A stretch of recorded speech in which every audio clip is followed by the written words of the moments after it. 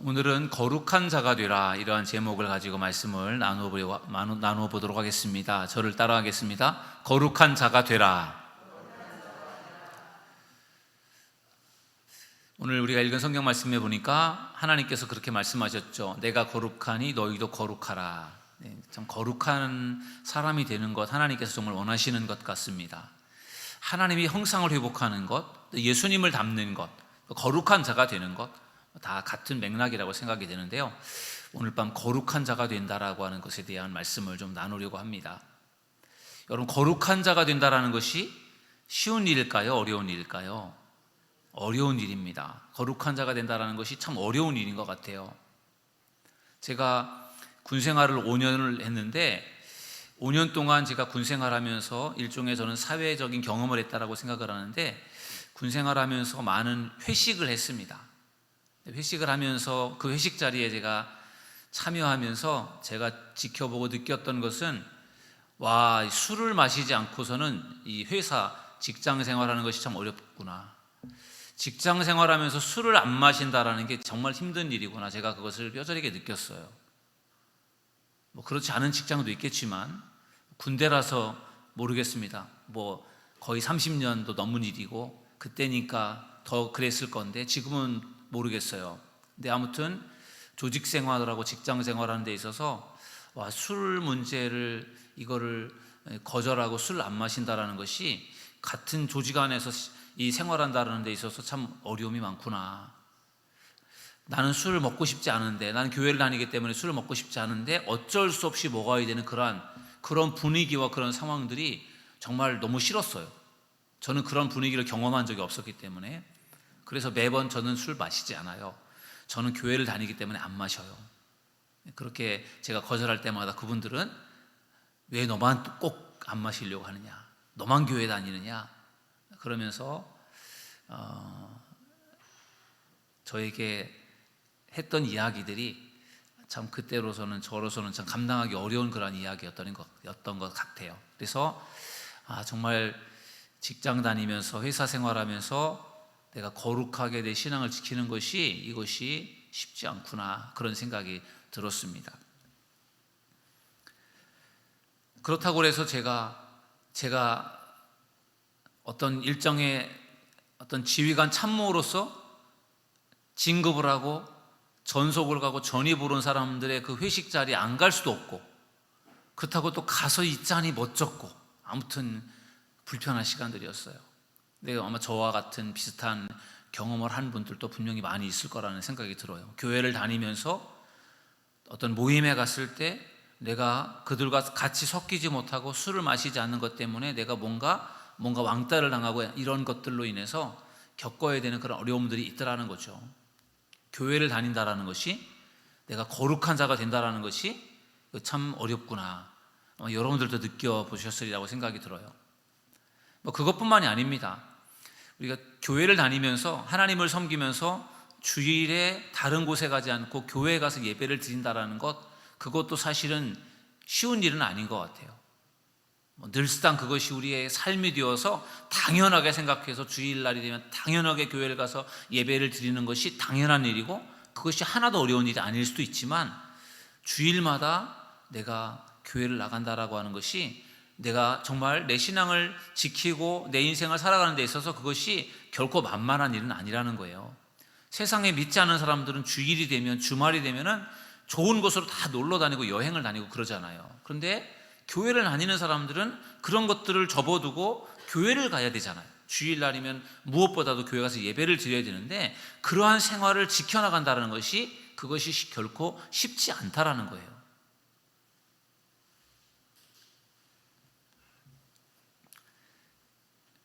그리스도인들이 이 세상에서요, 알바라고 하죠.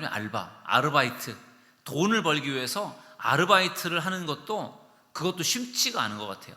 저희 아들도 아르바이트를 하면서 나름대로 용돈을 좀 벌려고 일을 하는데, 아르바이트 자리를 구하는 게 쉽지가 않아요. 왜냐하면 교회를 다니니까 주말에는 아르바이트를 하면 안 되니까 빼야 되잖아요. 주말에 빼야 돼요. 또 저희 아들 같은 경우도 금요일 날 또 교회에 와서 예배를 섬겨야 되는 부분들이 있다 보니까 금요일 밤에도 빼야 됩니다. 그러니까 그걸 다 빼고 나면은 이거 알바 자리를 구하는 게 너무 힘들다는 거예요.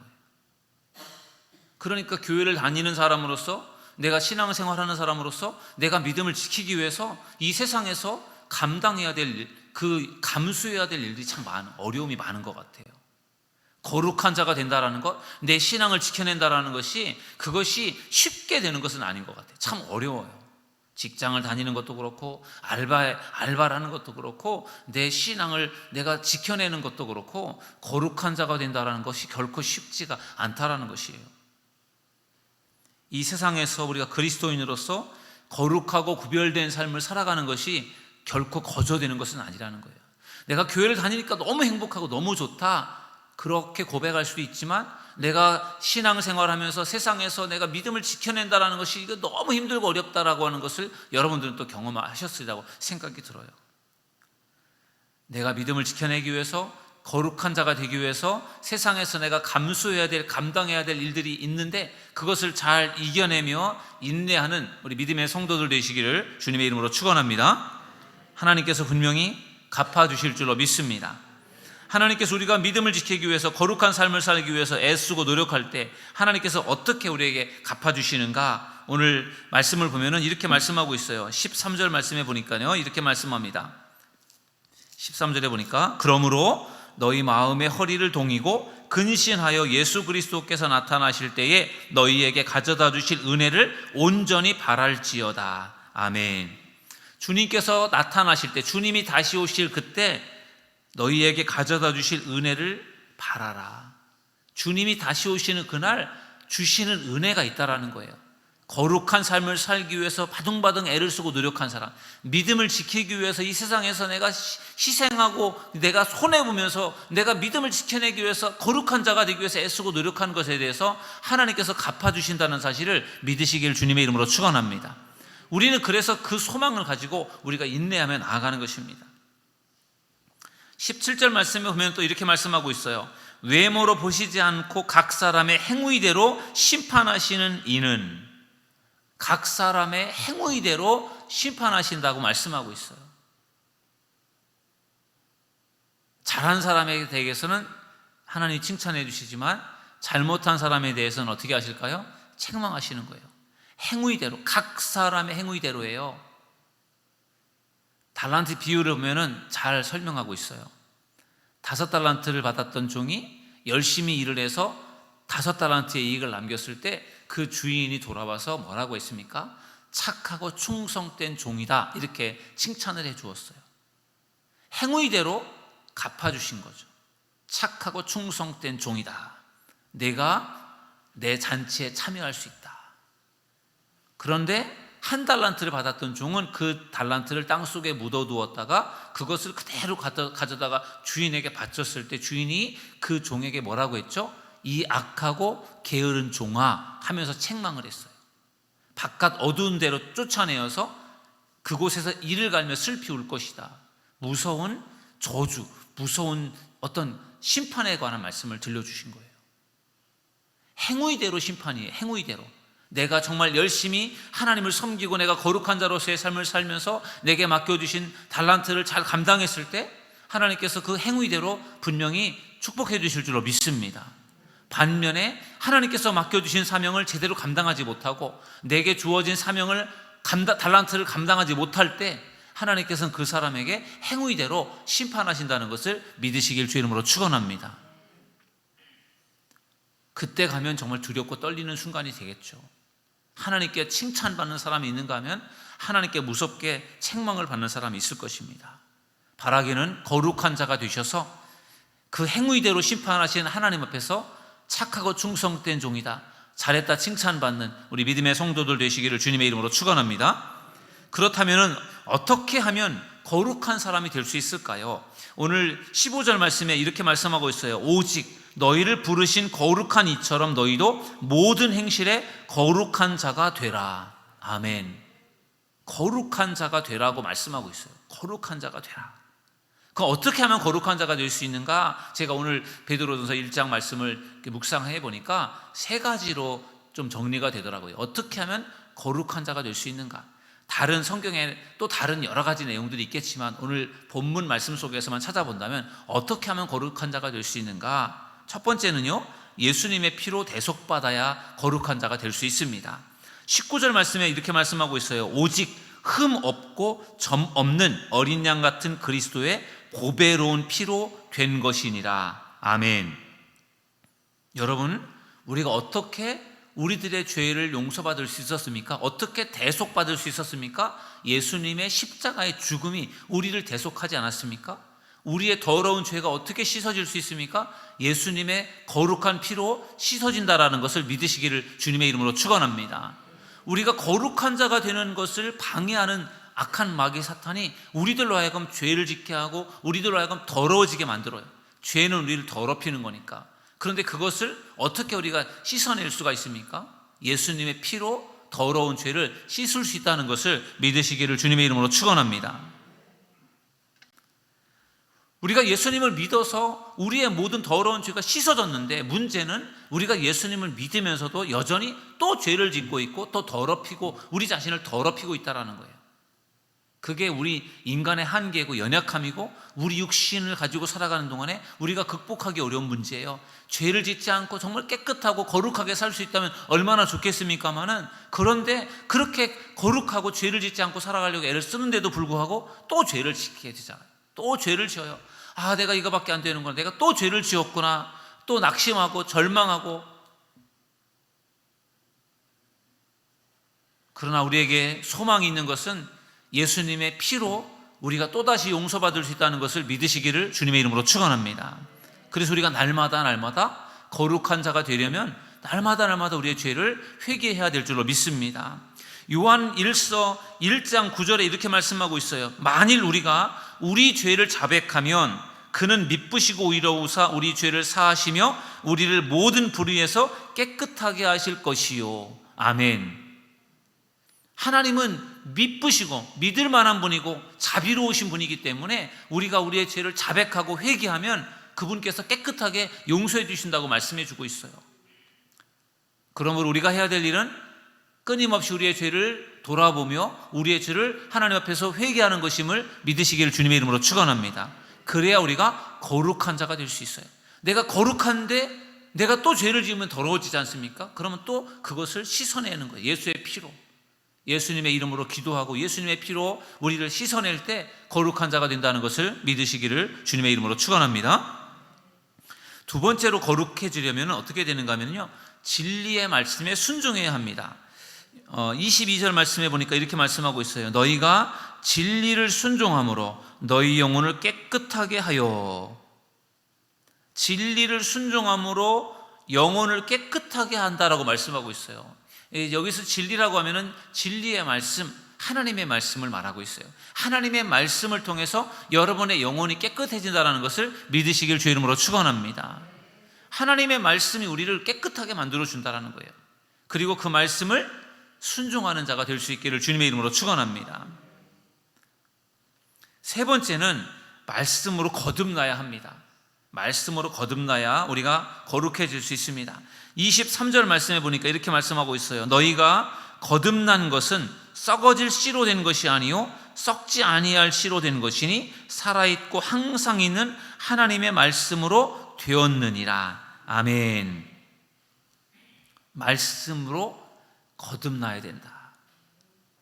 거룩한 사람이 되는 데 있어서 무엇보다 중요한 것이 하나님의 말씀임을 믿으시기 바랍니다. 여러분, 니고데모가 예수님을 찾아와서 예수님과 함께 대화를 나누던 중에 예수님께서 이렇게 말씀하셨어요. 거듭나야, 사람이 거듭나야 하나님의 나라를 볼 수 있다. 거듭나야 하나님의 나라를 볼 수 있다. 예수님께서 이렇게 말씀해 주시니까 이 니고데모가 그 거듭난다라고 하는 말을 잘 이해하지를 못했어요. 거듭난다라고 하는 것은 다시 태어난다라는 것이거든요. 영어 성경에 reborn 이렇게 되어 있어요. 다시 태어난다. 그때 이 니고데모는 그러면은 내가 거듭나야만 하나님 나라에 갈 수 있다면은 내가 어머니 뱃속에 다시 들어갔다 나와야 됩니까? 이렇게 묻잖아요. 그때 예수님께서 뭐라고 하셨어요? 내가 물과 성령으로 거듭나야 된다라고 말씀해 주셨거든요.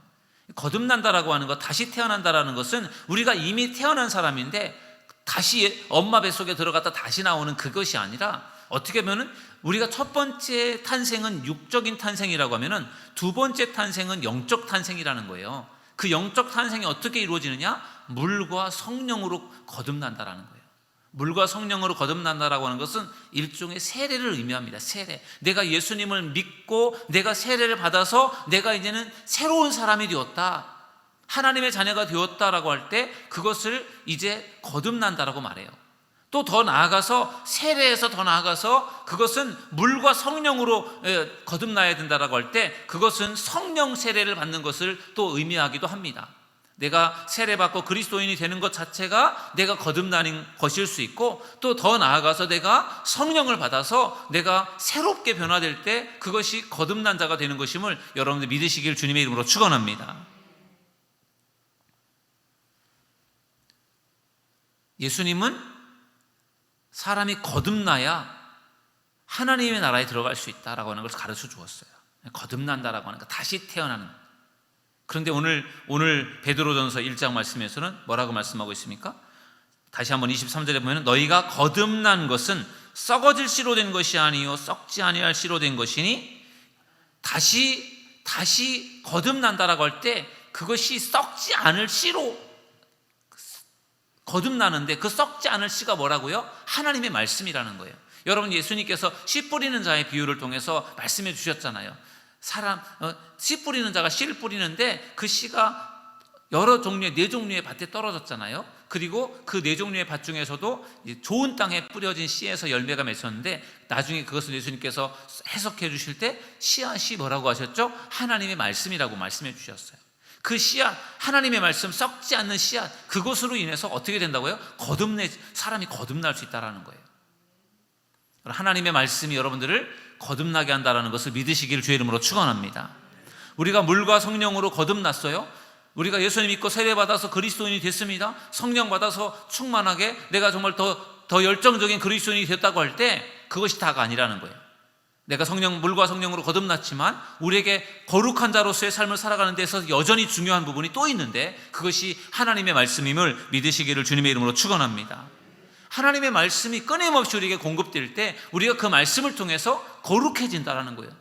거듭난다라고 하는 것이 어떻게 보면 새로워지는 거예요. 새로워지는 거예요. 육적인 인생을 살았던 사람이 영적인 인생으로 새로워지는 거예요. 내가 예수 믿었지만 또 내가 더욱더 새로워지는 것이죠. 우리가 나이가 들어갈수록 우리의 육신은 날마다 낫지만, 우리의 겉사람은 낡아지지만 속사람은 날로 새로워지는 축복이 여러분에게 있기를 주님의 이름으로 축원합니다. 여러분, 우리 겉사람은 아무리 애를 쓰고 노력해도 우리 겉사람은 새로워지기가 어려워요. 나이가 들수록 늙어가잖아요. 나이가 들어서 더 젊어 보이려고요, 막 이렇게 뭐랄까요, 피부도 더 이렇게 신경 써서 관리도 하고, 그리고 머리도 이렇게 흰머리가 생기면 염색을 해서 이렇게 더 젊어 보이려고 애를 쓰지만, 사실은 아무리 애를 써도 이 지나가는 세월을 잡을 수가 없어요. 더 조금이라도 젊게 보이려고 애를 쓰지만, 그러나 세월이 흘러서 60이 지나고 70이 지나고 80이 지나고 90이 지나면 아무리 젊어 보이려고 해도 감출 수가 없는 거예요. 겉사람은 낡아질 수밖에 없거든요. 어떻게 보면은 그냥 늙는 대로 그냥 그대로 거기에 순응하고 가는 게 어쩌면 더 나을지도 모르겠어요. 겉사람은, 육신은 어쩔 수 없어요. 그러나 속사람은 날로 새로워질 수 있다는 것을 믿으시길 주님의 이름으로 축원합니다. 그래서 우리에게 있어서 예배가 중요하고 우리에게 말씀이 중요한 줄로 믿습니다. 그래서 하나님의 말씀으로 거듭날 수 있다라고 하는 것을 말씀해 주고 있어요. 그것은 하나님의 말씀이 우리를 거룩한 자가 되게 한다라는 거예요.